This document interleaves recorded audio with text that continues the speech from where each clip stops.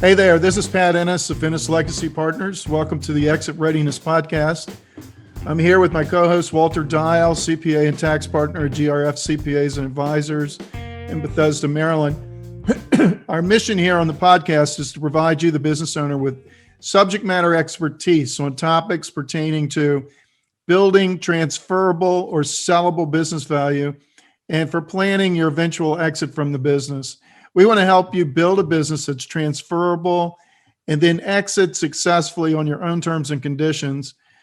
Walter, I think you would agree that much of what we do in serving business owners is helping them to avoid costly or even destructive mistakes in how they build their business as well as in how they exit. For example, one area often neglected until it's too late is the work that you do in tax planning.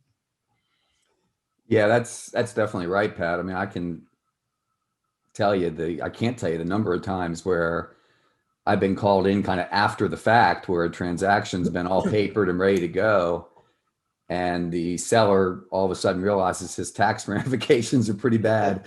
Unfortunately, at that point, there's only so many things you can do. So you're definitely right that that's definitely an area that pops up.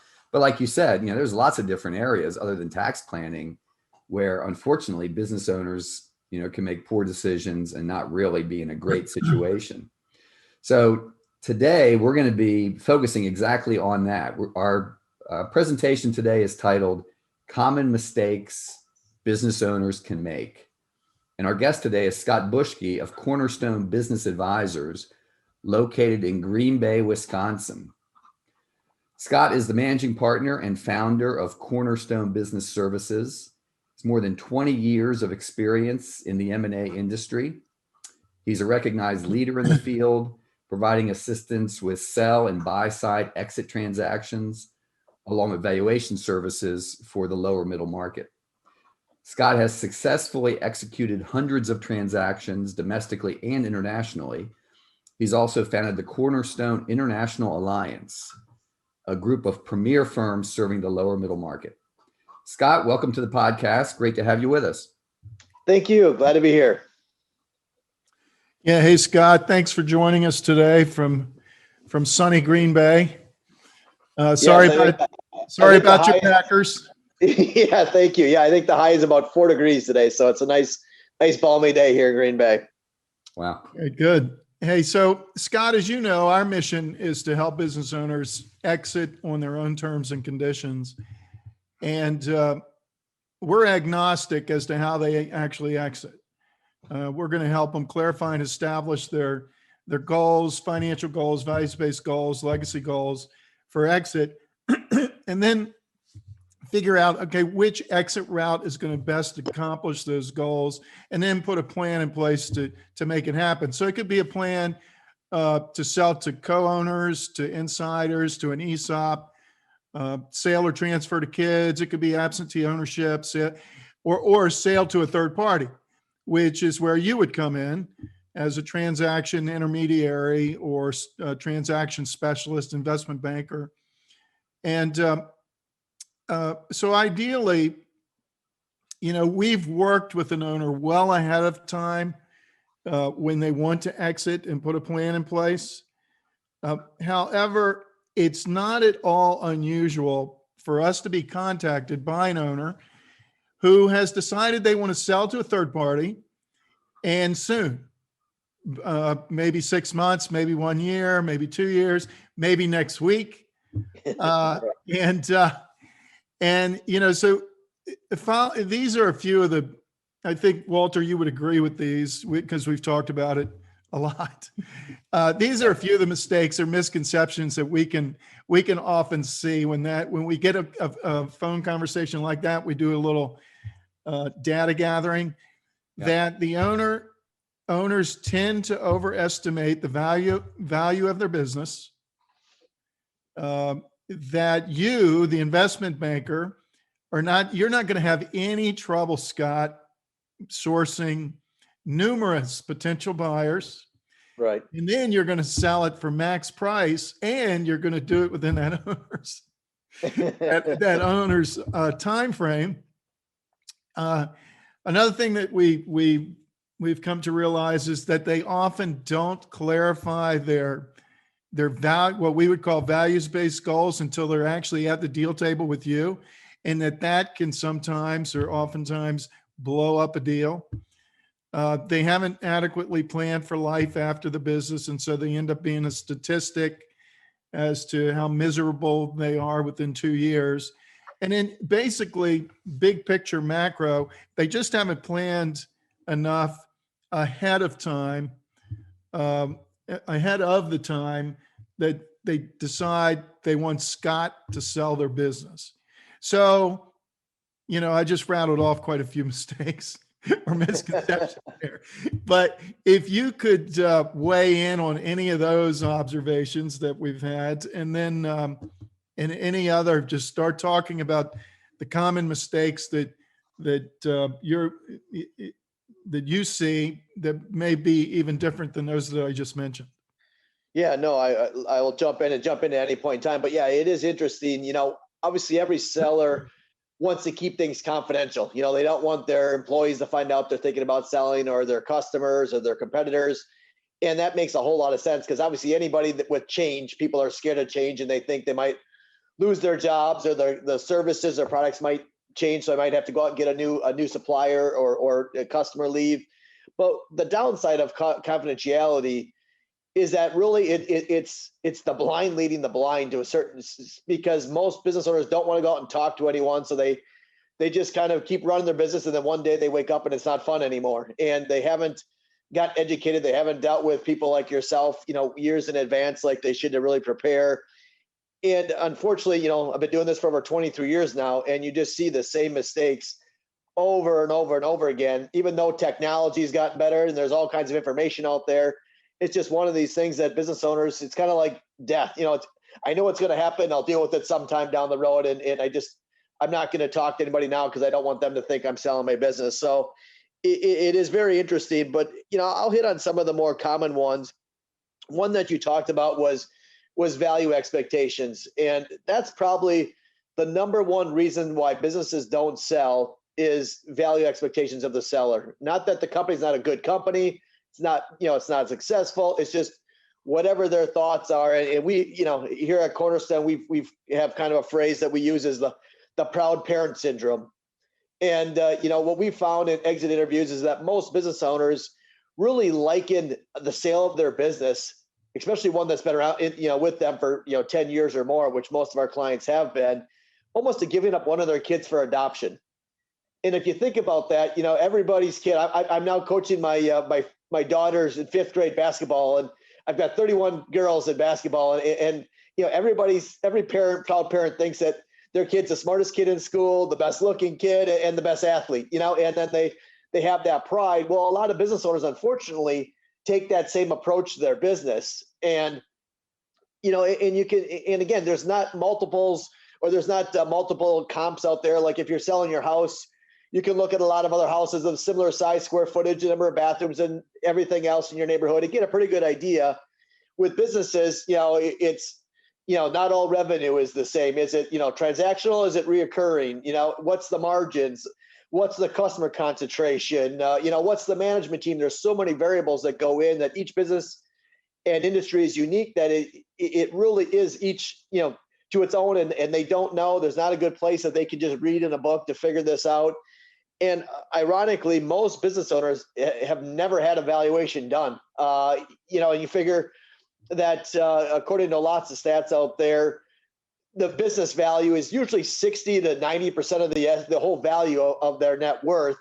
And they know what their cars are worth. They know what the cottage is worth at the lake. They know what their house is worth. But that's something that's 80% of the value. They have no idea what it's truly worth, and like you said, they usually overinflate it. And then they come to their financial advisor at the end of the day and say, hey, I want to live my lifestyle, and we'll just plug this number in, and then the whole plan blows up because they thought it was worth 15 million, it's really worth 8. And they don't know what they don't know. So what we do is, at Cornerstone, we do what we call an estimate of value.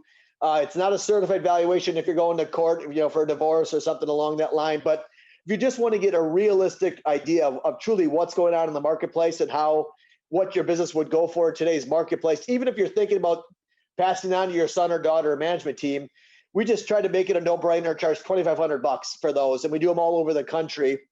But that's a good way to just get an idea of what is that value worth. And we have some clients that every 2 to 3 years they'll update that valuation just so they can see how are they doing in progress to where they want to go. But most people just are kind of sleep at the wheel and just letting the company go wherever it is, and they might find out that, you know, in some cases it is worth more than what they thought or what they needed to truly retire and live their ideal lifestyle. In other cases, they're far away and they really need to step it up and focus on those key areas of importance. So I would say that, you know, with those ratios or the stats out there of most businesses selling, you know, 15 to, you know, 33%, depending on the size of the companies in Main Street and lower middle market. You know, our closing ratio the last 3 years on average has been about 86%. And that's because we take this first step of making sure that realistically, you know, knowing what's going on in the marketplace. So yeah, that definitely would be number one. If you can do anything, is work with someone that understands the marketplace and get a true realistic approach. Because there's a lot of brokers out there or folks that will tell you what you want to hear in order to get a client or you know, or get a big upfront fee. And you got to be careful of those folks as well. But getting a good valuation is the biggest step you can take to getting that company ready and putting your plan that you guys put together, you know, in place. Hey, Scott, let me ask you a question. So when it comes to mistakes business owners can make, what have you been seeing as far as, I guess it would mostly be a lack of appropriate employment agreements with key employees? Like maybe and how often do you actually see stay bonuses when you're dealing with transactions? Yeah, I just closed. It's one thing that we recommend often, depending on the deal. But yeah, most times, most sellers haven't even heard of what a stay bonus is or how to use them. But when we're looking at the company and putting together information, that's one thing we'll ask is, you know, do all the key employees have, you know, non-compete agreements? And then are there people that really need to know about this transaction because they're going to be a part of that management team that's going to talk to the different buyers? And if there are, you know, we want to make sure that that they're on board, that they're not thinking. Again, most people hear of the headlines in the newspaper and go, "Oh yeah, this big merger went on and all these people lost their jobs." Well, in the low middle market, you know, most of our clients have enterprise values in that $2 to $50 million range. You know, revenue from 5 million to 150 million.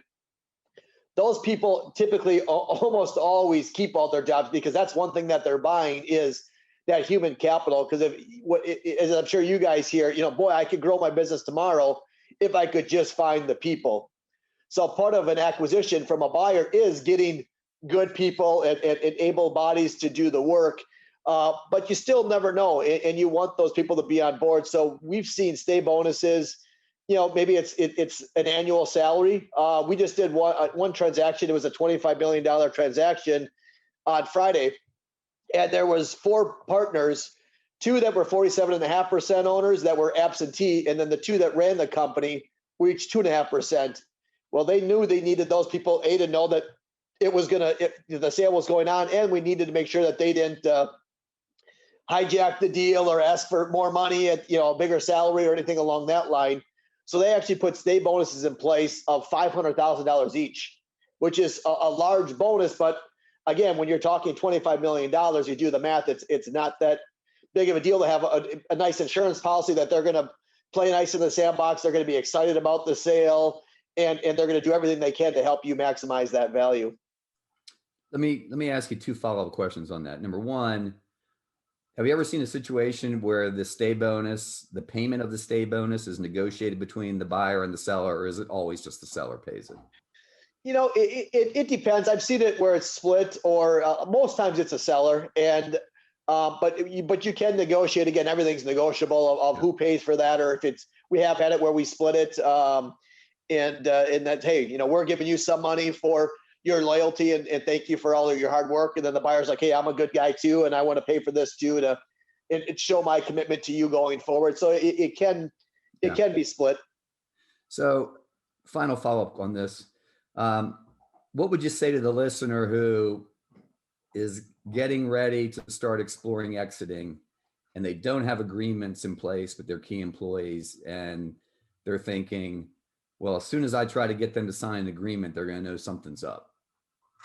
Yeah, I think, as far as the non-compete agreements, those are something that you should be doing when they first started. And if you don't, you could say, hey, I talked to my attorney, we did an annual review, and he noticed or she noticed I don't have non-competes with any of you. And hey, I want to protect the company. I want to protect each of you who are staying here. So if someone leaves, they can't hurt you, they can't hurt me or the company. And we're going to put those in place now.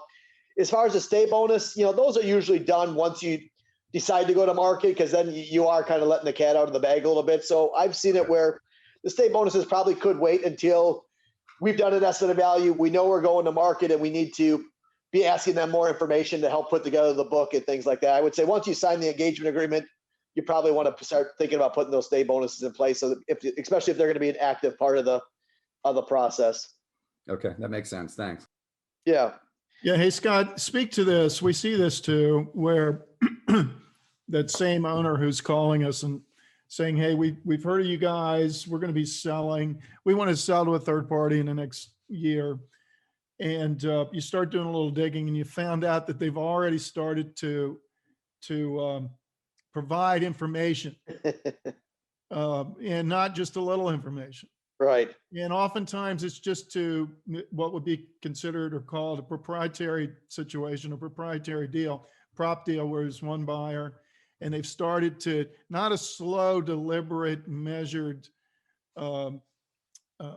giving of information, but can you just speak to that a little bit about how the pace of revealing data Sure. to a potential buyer? Yeah, it's another common one, Pat, that I had on my list. It's the business owner. Again, most of us are type A personalities. We know our business better than anybody else, and who else better to sell our baby than ourselves in our mind initially? But running your business and selling your business are two very, very different things. Think of the analogy of boxing. You could read every book on boxing. You could even get a trainer on boxing, watch a bunch of YouTube videos. But this is but you've never boxed ever in your life, and you're going to get into a ring with some professional boxer that's 32-4. How do you think that's going to go in the ring? Probably not very well. And that's exactly what these business owners do to themselves. They go, okay, well, I know this. I'm just going to call the competitor down the street because, I've known, John for years or whatever it might be, and they can take out a competitor. And well, usually calling the competitor down the street is the absolute worst person to call. Because again, to your point, we have a saying at Cornerstone is one buyer is no buyer. The seller has no leverage. Hey, give me this, give me that. Oh yeah, I'm interested. Sure, I'd be interested. And they're just gathering all this competitive intel on you. And all of a sudden it's, the phrase of why buy the cow if you can get the milk for free? It's like, hey, I've got all this information on you. We decided not to put an offer, or here's our lowball offer. And if you don't like it, I know who your customers are. I know what your margins are. I know why you think you win against us and everybody else. And it's amazing what sellers give away with very little chance of success. And even if you can cut a deal, they typically are going to leave so much money on the table versus running a true process. And just to give you an idea, on a different deal that we did a bit ago, and this was a partnership buyout to start.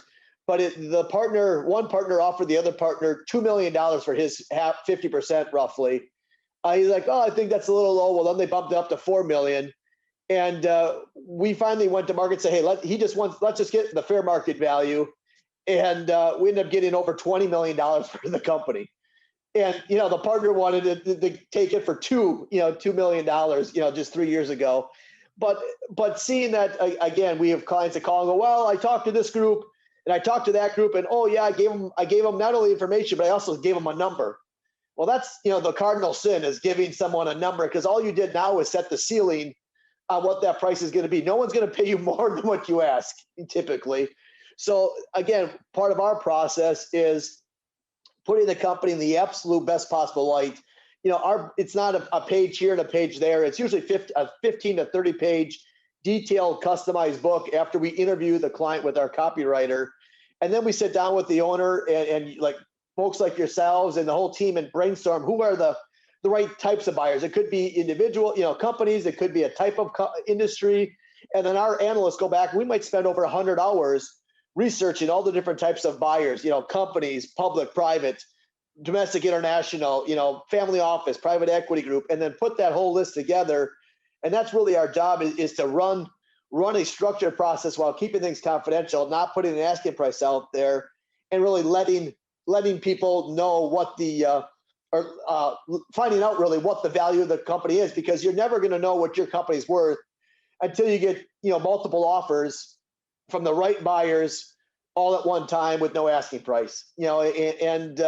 And that's when you're truly going to find out what is this company really worth. And that's what our job is to bring multiple offers. The last 3 years, we've averaged about 3 offers per client.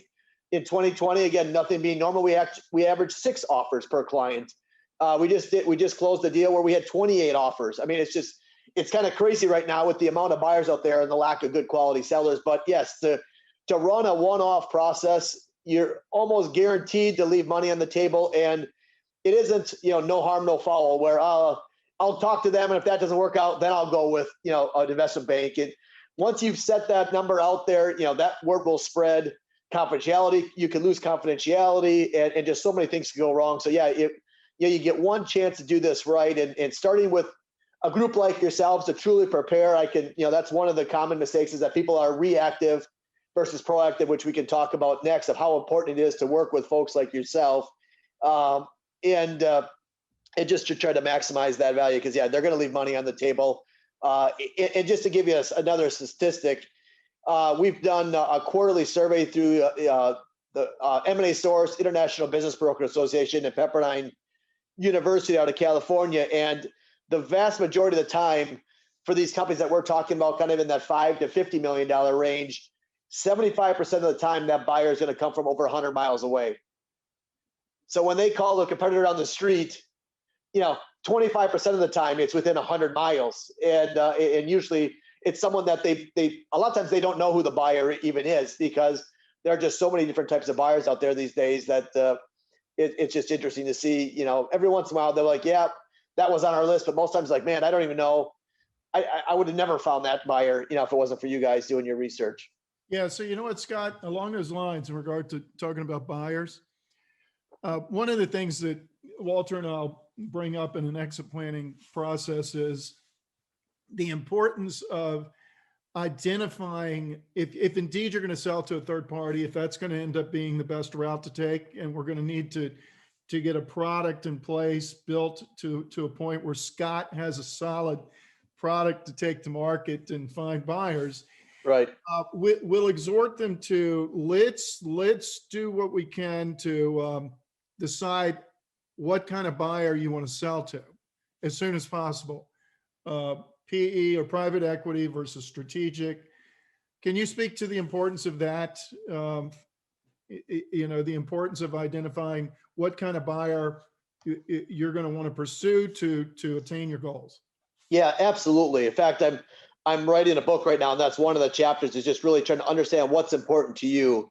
And we actually created an assessment, and just a simple assessment they can take to figure out, what's important to you. Is it the most money? Is it the most cash at close? Is it protecting the employees? Is it your legacy? Is it being able to leave right away, wanting to stay for 5 years, and all of those things? And again, the nice thing is it's a whiteboard. It's a clean slate. There are no right or wrong answers. You can't fail the test. The only way you can fail the test is if you lie to yourself, or because we've had, to your point, Pat, many times where, I want to, I'm willing to stick around for 2 to 3 years, and I want to roll a little bit of equity or something like that. And okay, that goes to more of the private equity side of things. And then we get to the 11th hour after we're in negotiations, and we get to their employment contract, and he's like, I thought about it. I want to be out of here 6 months from now. I'm like, well, that doesn't work with this type of a buyer. So yes, what's important to you absolutely will have an effect of what type of buyers we'll go after, because different types of buyers, strategic versus private, strategic versus financial, or family office versus private equity. I mean, they all have different playbooks, but they're all fairly common playbooks within each of their sectors. So yeah, I would say it's a huge. You're just going to be unhappy. No one wants surprises at the end of the day. We don't want surprises. The buyer doesn't want surprises, and it just doesn't work well. So to truly understand, the best deals that we've worked on are when they've prepared themselves. They worked with exit strategy, folks like yourself, and preparing things. The financials are clean. They emotionally have gone through the process. They're moving towards something. So many times, they're reactive, and they would just wake up one day and it's not fun anymore. So like, oh yeah, this isn't fun anymore. I want to get away from this, but they have no idea what they're going to. And then we've had them where we've actually, in one case in Iowa, we did a deal where we set the benchmark at 23.5, and we had 4 buyers at 24 to 26 and still negotiating up. And they just woke up one day and said, we can't do it. And when we really peeled back the onion, it was, they just emotionally could not let go of their business, and they were going to run this thing until they died, which is fine. But then why go through all the all the hassles, all the time, all the energy, and spend all the money if you really didn't know that, because they just didn't know where they were going to go. So I think all those things are common and important to think about upfront, not at the 11th hour or when you're under duress that you have to sell now because of a health issue or whatever else it may be. Hey, Scott, this can be, I think in some situations it can be a mistake, and in others it isn't, but I just interested in getting your take on it. I just feel there's a lot of times clients are too willing to give real equity to who they consider to be key employees, without really understanding that, that they're bringing on a business partner. Right. And having minority shareholder has a lot of ramifications that I don't think owners are aware of, especially when it comes time to sell. So, what's your general feeling on that? Do you prefer the synthetic equity like phantom stock and things like that, or are you fine with giving out real shares? No, it's interesting. We've seen I've seen deals this year that we've done where the minority, a couple percent equity partner that they gave to a manager as a thank you, all of a sudden the tail starts wagging the dog at the end of the day. And so it can be good. I think the biggest thing is, and I just was doing another podcast with a private equity firm, and I said, what is the number one thing that you look for from a value driver standpoint in its management team? Do they have a management team? Because as a buyer, I'm not buying you, Pat. You're going to probably retire. I'm buying the people behind Pat that are going to continue to run the company. So is however you can motivate your management team, and invest in them. We all invest in, I see so many business owners invested in their equipment and the assets, but they don't take the time to mentor or really invest in their people. And that's a mistake. But from just a deal standpoint, I like it where they've got bonus plans, phantom stock, but not real equity, so they don't have a say at the table. I like to deal with one decision maker, not 6 different decision makers, because it just makes things more difficult at the end of the day if people have a real say in should we sell or shouldn't we sell, or do we like this buyer or that buyer or anything else. Yeah, makes sense. Yeah. So, hey, Scott, and thanks for your time. We're bumping up on 30 minutes here, and we're grateful. We'll take a few more minutes if you don't mind. No, that's fine. Owners, for various reasons, come in contact with terms in your world like teaser, confidential information memorandum, Right. and of course, letter of intention, LOI. Where do you see mistakes made in any of those areas, particularly, I guess, with LOI? And it might get back to that one of those first questions we asked about the reveal of information. But do you see common mistakes when it comes to any of those documents I just mentioned? Well, again, I think the one thing that you want to put together, in the teaser, the executive summary is probably the biggest one, is you want to make sure that you capture the essence of your company in the highlights, but not giving away it's your company for sale. And that's not an easy thing to do. That's something that we've continued to work on and try to master as an investment bank, because if you can't garner that interest, you might miss some really good buyers. But you also, if you're too broad or you're too specific, you also tell the whole world that you're for sale, and that's not good either. So I think, really working with an investment bank that takes the time, that's the last document after we put together the book or the sim and all the other materials. The last document we put together is that teaser, that 1-page executive summary.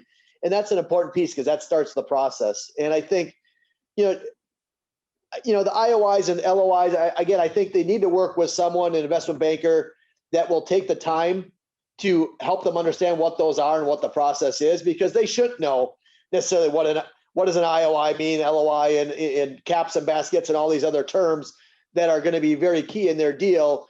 They should worry about continue to run their business and not take their eye off the ball, because that's one, again, going back to a mistake that we see people make, especially when they try to do it themselves, as Walter, you've talked about, is trying to sell your business is not, I can do this in 5 hours a week. They're going to learn that it is a full-time job and then some. And especially if you've never done it before and it's your largest financial transaction of your life, that's the biggest mistake that people make, is that we don't fight. Our competition is not the next investment banker to take on that deal. It's really Walter, the business owner, trying to do it himself. So to really help understand that they need a team like Walter and Pat and myself and an M&A attorney, we kind of call it the three-legged stool. I'll kind of leave you with this comment is, if I could have your listeners do one thing, it's to start planning earlier. You can never plan too early, think with the end in mind, but to sit down, get a valuation, our estimate of value, understand truly what the value is worth,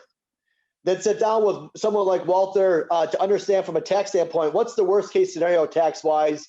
What am I going to net out of this thing? We call that the net number. Who cares what the total number is? What am I going to net out after debt, taxes, fees? What are the strategies I can save? Usually, Walter, I'm guessing if you're brought in early enough, you can save typically in the low middle market hundreds of thousands of dollars in taxes, if done right. Hundreds of thousands of dollars that most people just give away because they wake up one day and it's not fun anymore. But then the last piece of the three-legged stool is to sit down and say, okay, my total number, my net number, what is that lifestyle number that I need? What do I truly need to live my ideal lifestyle? And go to your financial advisor, figure out what that is. And when the net number meets or exceeds the lifestyle number, hey, we can go to market. And if not, well, then we go back to Walter and Pat and say, here, guys, here are two areas, because in our EOV, we talk to what are the areas that they need to work on to make their company more saleable or more valuable. And then you just start that process again. And then you keep going through that loop until it makes sense. But most people just wake up one day and go, it's not fun anymore.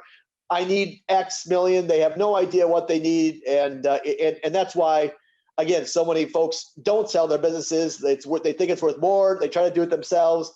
And at the end of the day, they end up liquidating it for cents on the dollar. And not only do they leave a bunch of value on the table, but I find it more times emotionally, that legacy of they're so proud is now the going out of business sale sign, or they just shut it down. Those 45 employees and families that relied on them for jobs and salaries, they all have to go out and find new jobs. And it's really a significant difference from a legacy factor than planning with you guys, thinking what's important to me, understanding the different options that they have, working with a true team, a deal team around them, and then going to market and just executing on a plan like they have for the last 30 years and knowing where they're going to versus what they're running away from. Just a completely different process, more successful. They'll get more money. They'll have more options to choose. We like to say we give the gift of both time and money, which most people either have one or the other. But it all starts with talking with you folks and starting that process of planning. So that's probably where I would end it for today. Is those are the key things that you should really be doing. Thanks, Scott. Really appreciate your time and expertise. I'm sure the listeners and Pat and I have certainly benefited a lot. Two things in closing. Is there anything you'd like to promote today? And how could our business owner listeners contact you? Yeah, like I said, the first step of the process is understanding what the business is worth. And that's where we, kind of a baseball analogy, our valuations are that single, double analogy, not, hey, like some brokers are out there or firms will tell you, if the stars align or a grand slam, here's the number. You don't want to work with that number. You want to work with a realistic number and then hope to get the home run and grand slam. So for $2,500, we do them all over the country. They take about 2 to 3 weeks to get done. And that will start the process to really understand where you are and lay that groundwork. I would say that if anybody wants to have a conversation about the market, what's going on in the marketplace, I'm happy to have again, everything is confidential that whatever we share or you share with us. And the market, we didn't get into it too much, but it's probably not what you think. It's much more of a seller's market than you would think with all the uncertainties going on, and look at a history of other times like this. Very interesting times for some folks to really be able to take advantage of. But I would say those would be the two things. Give us a call at 920-436-9890, or check us out at our website of Cornerstone business.com, or talk to you guys and just start the process. Great. Thank you very much, Scott. Yeah, thank you guys. Thanks, Scott. Listeners, if you want help in maximizing the value of your business or planning for your eventual exit, you can reach Pat at 301-859-0860. You can reach me at 301-951-9090. And you can learn more about our firms at grfcpa.com and nslp.com. If you visit the exitreadiness.com site and use the code podcast, you will receive a 10% discount on all virtual products listed. As always, thanks for listening. And until next time on the Exit Readiness Podcast, this is Walter Dial and Pat Ennis signing off.